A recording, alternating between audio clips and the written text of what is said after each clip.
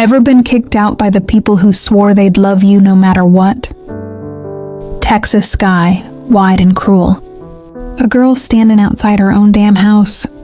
One backpack in her hand. Whole world falling apart behind her. Her mom couldn't look her in the eyes. Her dad just kept yelling, "You brought shame to this house, Eva." The door slammed hard.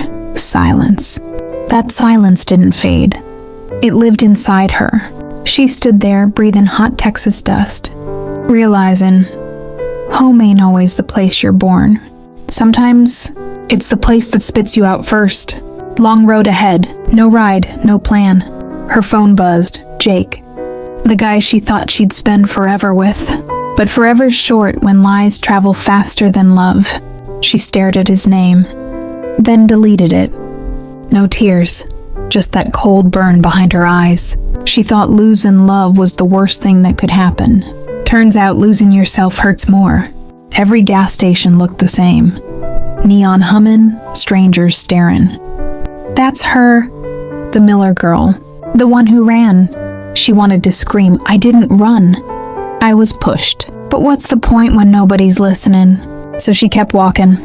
By sundown, she found a diner. Smelled like burnt coffee and second chances. She slid into a booth, hands shaking, ordered water, 'cause it was free. The waitress, tired eyes, name tag Rosa. "Rough night, honey?" Ava half laughed. "Yeah, rough life." Rosa didn't ask questions, just brought fries. "Eat. You look like someone who forgot how." For the first time in hours, Eva felt human again. But kindness in small towns comes with eyes, and those eyes, they talk. Behind the counter, two men whispered, "Ain't that the Miller kid?" Heard her daddy threw her out. Eva smiled like it didn't matter. But inside, she made a promise. This ain't gonna be my ending. That night, she slept behind the diner, head on her bag, staring at that Texas sky. Every star looked close enough to touch, like freedom. But freedom's cold when you're broke and alone.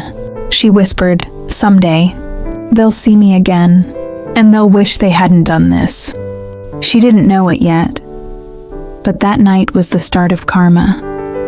And karma had her name written all over it. Next morning, Rosa tossed her an apron. "You know how to pour coffee, sweetheart?" Eva smirked, tired but fierce. "Guess I'll learn."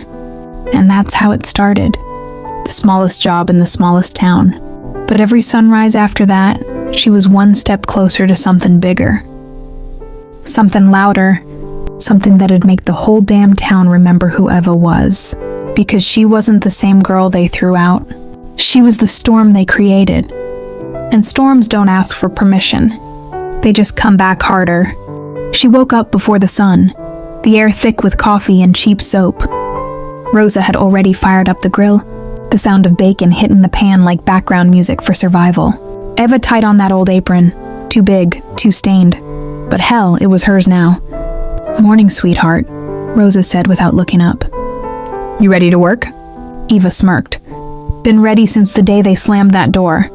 She started slow, cleaning tables, pouring coffee, smiling for tips that barely bought lunch. But every cup she filled, every thank you she forced out, she felt herself changing. The same girl they called a mistake was now building something, even if it was just muscle and grit. You ever feel that quiet fire inside you? That burn that says, "I ain't done yet." Yeah, that was Eva now. Days turned into weeks. People stopped whispering her name like it was a curse and started saying it like it was rumor. The diner got busier. Eva moved with rhythm. Plates in one hand, dreams in the other. And Rosa? She became the kind of mother who didn't need to be blood to care. One night after close, Rosa sat her down. "You're good, girl. Real good, but what's next?" Eva froze. No one had asked her that since. Ever. "Next?" She said, "I just want to be someone they remember for the right reason." Rosa leaned in. "Then stop running from what hurt you. Use it." That line hit deep. Use it. The pain, the shame, the anger, it wasn't her weakness. It was her fuel. That's the thing about people who lose everything. They either break, or they build fire. And Eva? She was about to burn her past to the damn ground. She started saving every dollar, taking extra shifts, sketching ideas on napkins, dreams that didn't fit inside small-town gossip. Rosa watched, proud. "Whatever you're building, kid," she said. "Make it loud enough they can't ignore it." Eva smiled that half-smile, the kind that hides revenge behind hope. "Trust me," she said softly. "They'll hear me." As she locked up that night, the street was quiet. Too quiet. A pickup truck slowed by the curb. Headlights flashed, engine low. Her chest tightened. She knew that sound, that voice. That ghost, Jake, the same guy who watched her fall, was back in town. And this time, Eva wasn't the one begging to stay. Jake leaned against that old pickup, cigarette glowing like a tiny lie in the dark. Same smirk, same lazy confidence, like nothing had ever gone wrong. "Hey, Eva," he said, voice dragging slow. "Been a minute." She froze for half a second, then kept walking. "Minutes don't mean much when they end in a goodbye, Jake." He laughed, low and smug. "You still got that fire, huh?" Eva turned, eyes sharp as glass. "And you still got nothing to show for it." He tried to follow her toward the diner door, boots crunching gravel. "I came back to make things right," he said. But the words sounded borrowed, like they didn't fit his mouth anymore. Eva stopped, half in the doorway, half in the moonlight. "You came back 'cause you ran out of people to lie to." She slammed the door, left him standing in that Texas dust. Inside, she leaned against the counter, breathing heavy. Rosa looked up from the register. "You good, honey?" Eva nodded, voice rough. "Ghosts never come back 'cause they miss you. They come back to see if you're still weak." Rosa whistled softly. "Well, show him you're not." She didn't know it yet. But that night was the start of her comeback story. Not some movie fairy tale. The real kind of comeback that's built from sleepless nights and burning pride. The next morning, Eva showed up to work early. She wasn't just serving coffee anymore. She was watching people, learning how money moved, how locals talked, who trusted who. She started keeping notes on napkins, little details about customers. Deliveries, suppliers. Rosa raised an eyebrow. "You planning a heist or something?" Eva grinned. "Nah, something bigger. I'm planning freedom." By the end of the month, she had a small stash of cash tucked inside a shoebox under her cot. Tips, side gigs, whatever she could scrape. Every night she'd whisper, one step closer. Her old life was gone, but she wasn't mourning it anymore. She was replacing it, piece by piece. That's the thing about people who've been burned. They stop flinching at the fire. One night, a group of regulars came in drunk, laughing loud. One of them, Rick, was Jake's buddy. He squinted at her, mean grin stretching across his face. "Didn't think you'd still be serving tables after what happened, sweetheart." Eva froze for half a beat, then leaned in close, whispering steady. "Didn't think you'd still be breathing after talking like that." The room went silent. Rick chuckled awkwardly and looked away. Rosa smirked from the counter. "Damn, girl. You got claws." Eva smiled. "Nah, Rosa. I got purpose." Outside, rain started pouring. That hard. Texas kind of rain that washes out everything fake. Eva stepped into it, let it soak through her uniform. Eyes lift into the sky. She wasn't praying anymore. She was promising. She'd been the girl they threw away. Now she was the woman building something they'd never touch. And Jake? He had no idea he'd just woken up the one person he should have left the hell alone. Rain hit the diner roof like a damn heartbeat. Eva wiped the counter slow, eyes fixed on her reflection in the glass door. That storm outside? It wasn't half as wild as the one brewing inside her. Rosa leaned on the counter. "You're quiet tonight, sweetheart. What's running through that head?" Eva smirked. "Just thinking. You break me once. That's your fault. Break me twice? That's on me." Rosa chuckled. "Girl, that's the sound of somebody about to flip the script." "Damn right," Eva whispered. She clocked out, walked home through puddles and streetlights. Her phone buzzed with an ad. "Start your own business. No degree needed." She stared for a sec, then clicked. Why not? Days bled into nights. She hustled double shifts at the diner and studied online. Business, design, anything that screamed freedom. She wasn't book smart, but she had street sense. Real talk, life had already been her teacher. They thought they buried her, but they just planted something wild. Eva started sketching a plan, her own shop. A place for folks who'd been kicked down and still got back up. She called it Karma's Cup. Rosa laughed. "That's savage, honey." Eva grinned. "Yeah, well, I owe Karma a favor." She stacked every tip. every spare dollar in a shoebox under her cot. Filled out a small business grant with Rosa's help.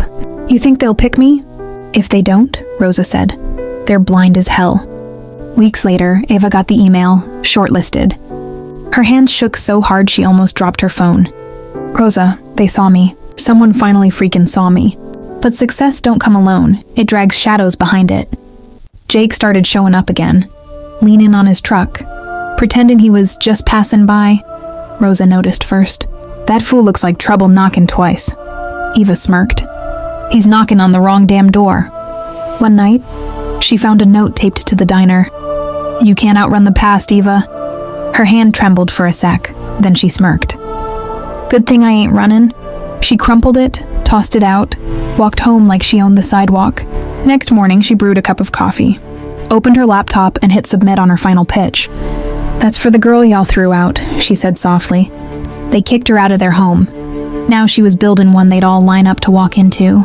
And if you've ever been doubted, left behind, or broken, remember Eva. 'Cause the best revenge ain't yelling back. It's leveling up so high even your haters gotta clap. So keep grinding, keep building. Your karma's coming too. If Eva's story hit you deep, tap that like button right now. Subscribe and don't miss what's next. 'Cause Eva's just getting started. And when karma finally knocks, you're gonna want to watch her open the door. Night hit that small Texas town like a warning. The air was thick, the kind that makes you look over your shoulder without knowing why. Eva walked down Main Street, hoodie up, headphones in, trying to drown out the noise in her head. Neon from the diner flickered behind her, red and blue lights bouncing off puddles, like her life, messy but still moving. Halfway home, she saw it. Same old pickup, same hum, same headlights, same damn ghost. Jake, he was watching her, not with love, with control. That look men get when they realize they lost the power.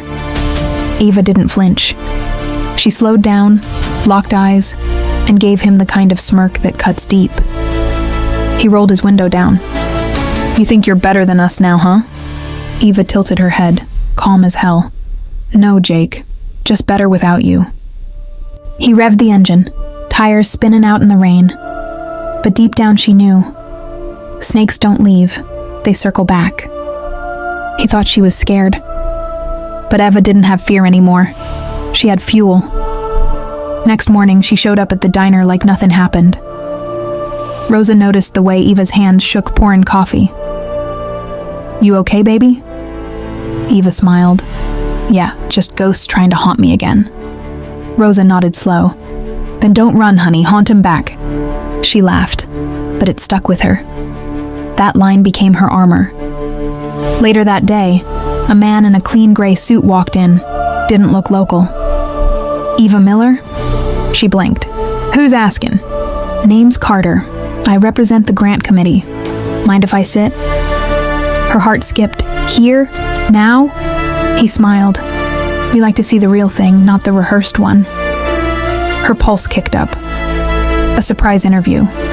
Right in the same diner she was fighting to escape? Nah, this had to be fate. Or something darker. Carter ordered black coffee. "Tell me," he said, "why should we bet on you?" Eva leaned in, voice low, steady. "Because I don't gamble. I build." He raised a brow. She kept going. "I'm not looking for a handout. I'm looking for a shot. You give me that, I'll turn it into something this town's never seen." Carter smirked. "You sound like someone who's already won." Eva smiled faintly. "Not yet, but I'm close enough to taste it." Then the doorbell jingled. Her smile faded. Jake, dripping wet, jaw tight, eyes dark. He glanced from Eva to Carter and back again. "Well, ain't this cute?" he said. "You telling him how perfect you are? You forget the part where you wrecked your own life?" Carter looked confused. Rosa whispered, "Lord, not now." Eva straightened, calm but coiled. "You done talking, Jake?" He sneered. "You think you can bury the past?" She took a step forward, eyes locked on his. "No, I'm building over it." The diner went dead quiet. Outside, thunder cracked. And for the first time, Jake realized he wasn't the one in control anymore. She was. And this time, she wasn't running. She was setting the trap. Jake stood there dripping rain on the diner floor, eyes locked on Eva like he was trying to pull her back into the same old hell. The whole place went silent. Forks midair, coffee cups half raised. Only sound was that busted ceiling fan humming slow, swinging back and forth like it knew trouble when it saw it. Eva didn't move, didn't blink, just stared him down. "You done staring or you forgot what words are for?" Jake laughed, low and mean. "Still got that mouth on you." "Yeah," she said, voice cold. "And this time I ain't biting my tongue." Carter glanced between them, confused. "Should I, come back later?" Eva smiled without looking away from Jake. "No, you stay. This part's real important." Jake stepped closer, leaning over the counter. "You think this little act fools anybody? Everyone in this town knows who you really are." Eva leaned in too, just close enough for him to feel the calm in her voice. "You're right. They know I'm the girl who got up after you tried to ruin her. So yeah, they know exactly who I am." Rosa whispered from behind the counter. "Sweetheart, you sure you want him here?" Eva didn't look away. "He's been trying to haunt me for years, Rosa. Maybe it's time he finds out who the ghost really is." Jake slammed his hand on the counter, but Eva didn't even flinch. That silence, it hurt him more than words ever could. Carter finally stood up, voice sharp but steady. "Sir, you need to leave, now." Jake laughed, stepped back slow. "You'll regret this, Eva. You always do." Eva's smile didn't fade. "Maybe, but at least I'll regret it rich." He stormed out, boots splashing through puddles. The bell above the door jingled one last time, and then just quiet. Carter blinked. "That happen a lot around here?" Eva exhaled. "Not anymore." Rosa smirked. "Guess you just witnessed chapter 1 of her comeback tour." Carter looked impressed now, eyes softer. "You got a fire in you, Miss Miller. The kind we look for." Eva raised a brow. "Then tell your committee they're betting on the right storm." He nodded. "You'll hear from us soon." When he left, Eva finally sat down, hands still shaking a little. Rosa poured her coffee, slid it across. "You good?" Eva smiled faintly. "Yeah. Guess fear and adrenaline just taste the same sometimes." She looked out the window. The rain had stopped. The sky was cracked open, like even the clouds were tired of crying. She whispered, "That was the last time anyone's gonna try to shake me." But she didn't know Jake wasn't done, not yet. And the next move he made, it wouldn't just test her strength. It'd threaten everything she was building. Because some people don't want you to rise. They just want to watch how far you'll fall before you start flying. That night felt different. The sky was too quiet, like even the wind didn't want to mess with what was coming. Eva sat by the diner window after close, coffee in hand, just watching the streetlights flicker. Rosa had gone home hours ago. The world outside looked calm, but Eva knew calm was just the pause before the hit. Her phone buzzed on the counter. No name, just a number she didn't recognize. Message, "You think you're safe now?" Her stomach dropped for half a second. Then she smiled, slow and dangerous. "He really doesn't learn, huh?" she whispered. She texted back one word, "Try me." See, there's a moment when fear turns into fuel. When you stop running and start hunting, that's where Eva was now. Next morning, Rosa walked in to find Eva already cleaning, eyes red but sharp. "You didn't sleep, did you?" Eva smirked. "Sleep's for people who ain't building empires." Rosa laughed. "Girl, you sound like trouble in heels." Eva grinned. "Good, that's the vibe." The day was slow, and the diner stayed half empty. That's how she noticed the black SUV parked across the road. Tinted windows, engine running. Same spot for hours. Her gut told her exactly who sent it. Jake wasn't playing games anymore. She pulled out her phone, called the sheriff's office, but halfway through she hung up. "Nah," she whispered. "I don't need saving." That night, Eva took the long way home. Every step down that quiet road echoed like a countdown. When she turned the corner, there it was, the SUV. Door cracked open, engine off. The air went heavy, thick with silence. Every movie she'd ever seen told her to run, but Eva wasn't the same girl from before. She walked straight up to it. "Jake," she said, voice steady. "You can come out now. I know it's you."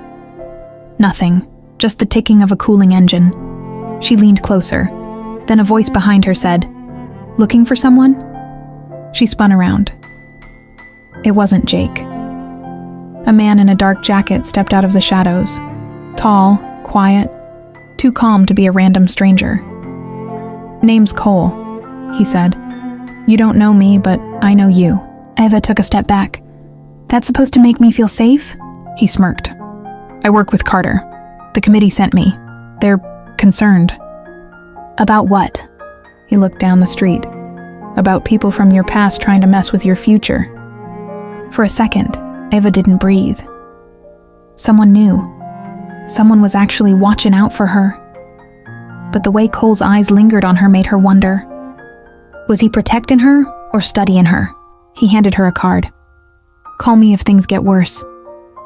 Then he disappeared into the night like smoke. Eva stood there, card in hand, heart beating fast.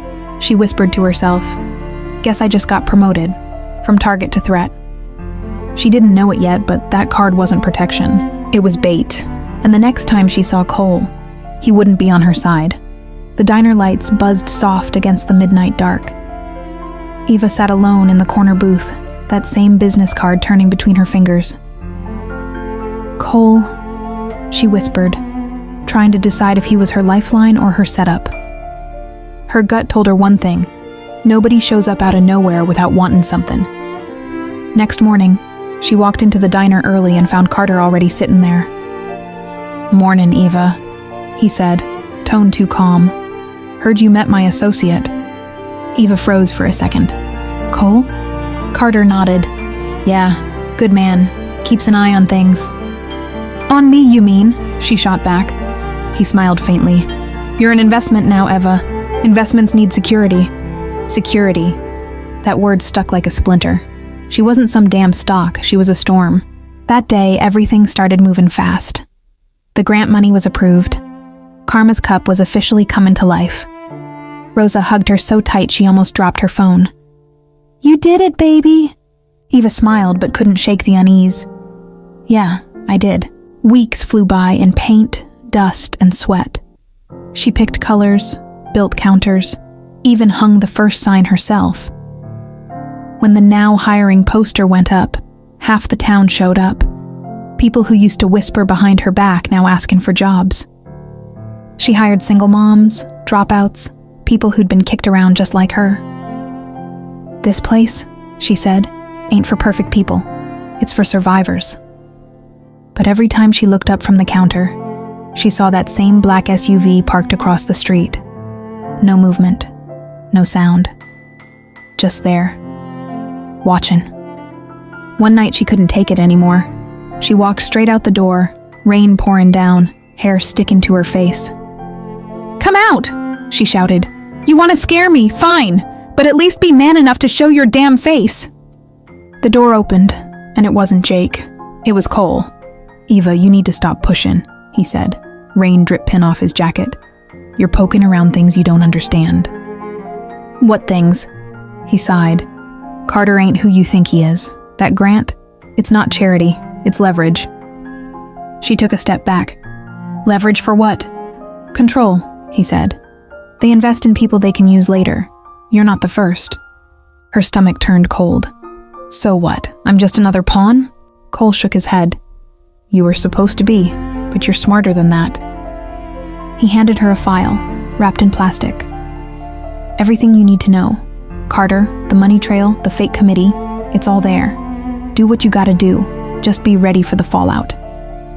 And just like that, he was gone again, disappearing into the storm like a ghost with a conscience. Eva stood there, drenched, breathing hard. She looked at the folder, then at the glowing sign of Karma's cup. She whispered, "Guess Karma's got one more round to serve." Eva sat on the floor of her tiny apartment, rain tapping against the window, that file Cole gave her open across the table. Pages full of names, payments, and lies, and right in the middle, Carter's signature. The man who smiled in her face had been using her as a cover for his dirty money trail. She stared at it, jaw tight. "So that's what this was," she whispered. "Not a grant. A damn setup." Her phone buzzed. Unknown number. "Stay quiet, Eva. Walk away while you still can." She smirked. "Guess I hit the right nerve. When you burn bridges, you learn to swim in fire." And Eva? She was already swimming. Next morning, she walked into Karma's cup like nothing happened. Rosa saw it right away, that look in her eyes. "You found something, didn't you?" Eva nodded. "Yeah, and I'm gonna use it." She started collecting proof. Screenshots, bank trails, voice memos. Cole's file was just the start. Every night after close, she stayed up digging deeper. The deeper she went, the uglier it got. Carter's committee was funneling money through small-town projects, hers included. Rosa begged her to stay low. "Honey, people like him don't fall easy." Eva smirked. "Good thing I ain't scared of the climb." Then came the final straw. A message from Jake. "I told you, Eva, you'll regret making noise." She laughed out loud. "Regret? Babe, that ship's gone." She opened her laptop, uploaded every file to the press under one name, Karma Leaks. Then she hit send. For the first time in her life, she didn't feel small. She felt untouchable. By sunset, the whole town was talking. Reporters showed up, Carter's office shut down, and Jake? He vanished. Eva stood outside her shop, coffee in hand, staring at the chaos she'd unleashed. "Told y'all," she said softly. "Karma's always on time." She didn't know it yet, but this was just the calm before her rise. Because once the truth spreads, people don't just see you different. They remember your damn name. The next morning, the town wasn't the same. News vans lined the street outside Karma's cup, cameras flashing, people whispering Eva's name like she'd just come back from the dead. Her shop wasn't just a coffee place anymore. It was a headline. Inside, Rosa tried to keep up with the rush. "Girl, you done started a storm." Eva grinned, pouring coffee for a customer. "Good. I'm done surviving. I'm building." Across town, Carter's office was surrounded by cops. His grant program was exposed, his accounts frozen. Every channel had his face on it. Businessmen accused of laundering funds through local charities. And in the middle of all that chaos stood the girl they said would never make it. Jake showed up that evening, quiet this time. No truck, no smirk, just guilt hanging off him like a bad smell. "You really did it," he said, voice low. "You burned it all down." Eva didn't even look up. "Nah, Jake. I rebuilt from the ashes you left." He stepped closer. "You could have told me about Carter." She laughed. "You could have treated me like a human." He looked down. "I'm sorry, Eva." She poured another cup, slid it toward him. "Good. Then drink something real for once." Forgiveness wasn't in her words. It was in her control. And control? That was her new language. Cole came by that night looking different, calm, almost proud. "You did good, Eva." She raised a brow. "Did I?" "Yeah," he said. "You did what we couldn't. You hit him where it hurts. The truth." Eva sipped her coffee slow. "So what now?" Cole smiled faintly. "Now they'll come for you. Interviews, investors, deals. You're the face of change now." She leaned back, eyes tired but bright. "Then I'll make sure the change actually means something. Because when a woman like Eva wins, she doesn't just win for herself, she wins for everyone who got left behind." That night, as she closed the shop, Rosa hugged her tight. "I told you, baby, the storm don't last forever." Eva smiled, whispering, "No, Rosa, the storm was me." She looked outside. The same street that once felt like a cage now looked like a runway. And tomorrow, the whole damn world would know her name. Morning broke soft and golden, sunlight spilling across the quiet town that once turned its back on her. Karma's cup glowed warm from inside, the smell of roasted beans drifting through the air like a victory she'd earned one bruise at a time. Eva stood at the counter, no makeup, no mask, just peace on her face. Reporters were still outside, but she didn't care anymore. She wasn't chasing noise now. She was living her truth. Rosa flipped the sign to open, smiled at her. Never thought I'd see this day. Eva laughed soft. Me neither. Guess miracles come with caffeine. Customers started walking in, the same ones who used to whisper. But now, they looked her in the eye, called her Miss Eva, left fat tips, asked for advice. Even Jake stopped by sometimes, quiet, humbled, trying to be better. She didn't hate him anymore. She'd outgrown the hate. Sometimes karma don't hit fast, it hits right on time. Weeks passed. Business boomed. Eva expanded, hired more people like her, the ones nobody believed in. Every cup served came with a story. Every smile was proof she'd rewritten her ending. Then one morning, she got a letter in the mail. No return name, just bold letters. Karma's Cup franchise offer, nationwide. She laughed out loud. So they finally see me, huh? Rosa grinned. Told you, baby. You don't chase doors. You build your own damn entrance. That hit different. She wasn't the girl they threw away anymore. She was the woman everyone lined up for. Later that evening, Eva stood outside her shop, sun setting slow behind her sign. The letters glowed red and gold against the sky. Karma's Cup. She whispered to herself, they said I'd never make it. Now they're drinking my story one cup at a time. Her eyes glistened, not from pain this time, but from pride. She'd made it out. She'd built something real. And every person walking through that door was proof that even the broken ones could rise higher than the ones who broke them. She turned to Rosa. Think they'll remember me? Rosa smiled. Baby, they'll remember the fire. And that's how legends are born. Not from luck, not from easy roads, but from women like Eva, who took rock bottom and built a whole damn empire on it. If Eva's journey hit your heart, if you've ever been counted out, hurt, or left behind, this one's for you. Hit that like button, subscribe, and stay for more stories like hers. 'Cause out here, revenge ain't about hate. It's about rebirth. And trust me, karma's just getting started.